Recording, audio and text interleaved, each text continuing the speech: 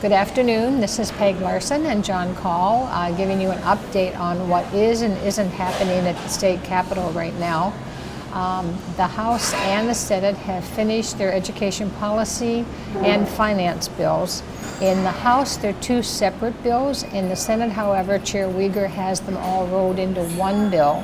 And he said himself he doesn't know how they're going to separate them out and make them work. But they've done this before, and I'm sure it will work out. I'm going to give you an idea of what the Senate budget numbers are. The DFL numbers are taxes, $300 million, higher education, $42.2 million, which assumes an E12 spending of $100.5 million, and we'll talk about that later.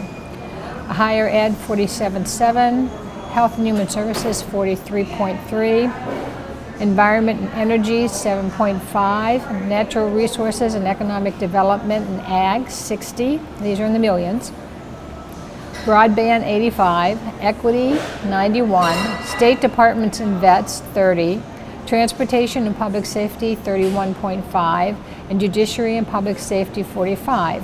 And we'll put that in contrast to the House entire budget, which is $20 million for everything. So you can see that there's quite a bit of room between them on what they're willing to spend, and also on what they're willing to spend it on.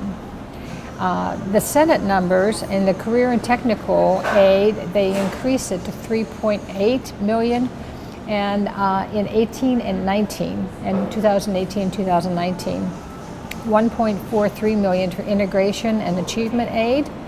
Literacy incentive aid is $94.6. Home-based services travel is $908,000. Long-term facilities aid right now is zeroed out, but that money I think is coming back in another way in a back door.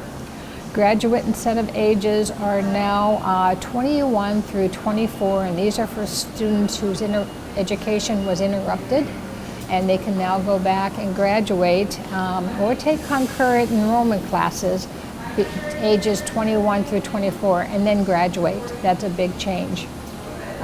Generation Connect aid, which is really interesting. Senator Schultz came in and wanted $20 a student. This is all for technical things and for STEM facilities. And he actually got $10 a student, which comes out to be $10.1 million. Concurrent enrollment got 10.2, and both increased money for school lunches.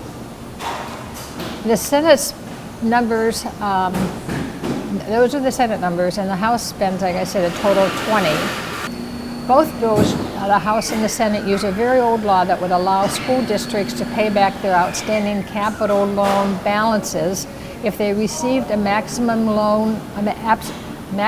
effort loan before January 1st, 2007, and they would pay the outstanding balance to the Commissioner of Education before November 30th of 2016. At this point in time in both bills, it is a voluntary thing to do. It's kind of like remortgaging your house and getting a better rate. We'll see how many school districts actually want to do that. What I've been told, there's 7 that want it, and I think they're going to need more than 7 to do it. They add to pre-K, the English language learners can be considered in pre-K as regular students, and that's in both bills. And then in the Senate bill, they make the amount of hours that you have to go to preschool to 350 hours. They develop priorities and requirements for voluntary pre-K. Those are still up to the school district pretty much, but the Department of Education is going to have a say in it. They give priority to pre-K students who are in high poverty schools, and they have to meet a certain criteria like free and reduced lunch and everything for them to get money for those kids. However, they do put limits on the number of pre-K to no more than 60% of the district's kindergarten pupils. So if you have pre-K kids, you can't have any more than 60% of kids in pre-K than what you have in the kindergarten class. And it's interesting because Senator Kent has tried for years and years to get physical education back into the schools, and there has been many times that they have turned it down. Districts must adopt the National Association of School and Physical Education K-12 standards. That's in both bills, and in both bills also they set why kids can opt out of phys ed. Teachers can receive 50% or more cost of their to complete the courses from concurrent enrollment if they stay in the district for 2 years, 25% if they don't. Both bills go into student privacy rights, and the Senate bill goes into the idea of advertising and who can advertise to these students, and who for the online students, and what they can do with that information. Privacy was a very big issue this year, as was teacher licensure, and they're putting a lot of money into grants for teachers. They understand that a lot of teachers are not going to be coming back and are going to be retiring, and they're really in a squidge. They talked about the student privacy rights and that who all gets access to that information, especially for students who are discipline problems. The only person outside the school district that can hear about these kids is law enforcement. But now teachers who have a violent child coming into their classroom will now be notified, at least in the Senate bill. Help Me Grow was established, and that is going to be run by the Children's Cabinet, and that is in the Senate bill. The Regions of Excellence, which Rochester has a school in that, is in the Senate bill and funded, but it is not in the House bill, and there was quite a controversy about that from some of the representatives who have Regions of Excellence in their district. Dyslexia was a big topic also at the Capitol, and they have put in new rules for dyslexia and special ed, how teachers have to be taught how to teach kids with dyslexia. It was really quite informative. Now in the House bill, they allow school boards to adopt resolutions to use your general funds in an emergency need. Actually, Representative Fenton wanted school districts to be able to move money around as they needed it, but there was too much controversy to that, so it's only in case of an emergency.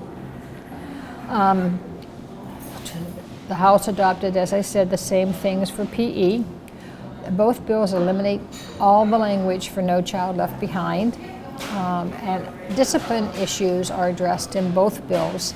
The Senate has a discipline task force made up of many members to talk about what to do when you have kids who are really rowdy and harmful. You know, how do you treat them? How do you hold them? When do you call the police? All of those things will be discussed in that task force. In the career and technical area, with board approval, students can take post-secondary classes and work in the actual workforce. The curriculum has to be challenging, and the Commissioner of Ed will select applicants and make sure equitable distribution is done when possible for those applicants. It requires a report biannually to the legislature by February 1st in the odd number years to state their successes or their problems. Districts that are already doing it are allowed to continue to do it, so that would be Rochester. Concurrent enrollment teacher training grants are available up to 18 credits, and that was something that we had asked for. They do address the teacher shortages, as I said earlier, in the House bill, and they've developed a legislative group on licensure, which means it's only legislators on that. There's no one else on it. They can call people in to testify, but the legislators will make the decisions. As I said, both bills develop a task force on violence in the classroom. And the House bill also has Grow Your Own pilot program. There's an interesting funded item in both the House and the Senate bill. It's called Rock and Read, and the lady who presented it was really quite a character, and she was dancing around and singing, and they were talking about the connection between song and learning to read, and they have been very successful, and they have been granted $300,000 to continue to try that in some of the schools in the state. They increased the special ed aid appropriation by $69,000 a year, which is not as much as we would like, but it's there. The radon testing, they have to have a 10-year plan for that. All of these things that I've been talking about are in the House. School districts can transfer any long-term facilities maintenance revenue from the general fund to the district's debt redemption fund to pay for principal and interest payments on any bond issued for long-term facilities maintenance projects. And that's the same thing that the Senate has, where you would rather remortgage your school and pay them back the principal and not the interest. The bill authorizes grants up to $100,000 per district for a cost up to $200,000 for the district that submit a cooperative application. For internet broadband expansion grants, $5,000 is in the House bill for hotspots, and grants of $2 million to build broadband capacity. GED test fees can be paid for by 100% in the year of 2017 only. And the major differences in funding and language are but a start of what is, some things are the same, but some things are very, very different. I think the best is yet to come to see how they can come together. They do come together every year, but this year, fiscally, they are miles and miles apart. Greetings, everybody. I don't have a whole lot to add to what Peg said. It was pretty thorough summary of what's been going on. There are two issues. One is our task force for mandate reduction. But took a bizarre turn this week. The Republicans were arguing in the Senate, were arguing against it because they never do task forces in an election year, although they're doing task forces in an election year for other causes. But they were concerned that this could be political, a task force on mandate reduction. And then, so we were kind of dealing with that problem, and then we did such a good job of identifying mandates that we want to get rid of that some of the Democrats who are favorably disposed to those mandates decided they didn't like our mandate reduction task force. So we got Republicans thinking it's political, and we got Democrats wanting to keep some of their pet mandates. So it ran into trouble. It was doing well in the Senate. Clausen did a great job advancing it, but it ran into trouble. Leadership wanted it pulled because there were concerns from some members that we were going after pet mandates. The other issue where we made some good progress, Leroy Stumpf's been leading the charge on making QComp a statewide phenomenon, not just for particular school districts, and that seems to be moving in the Senate. So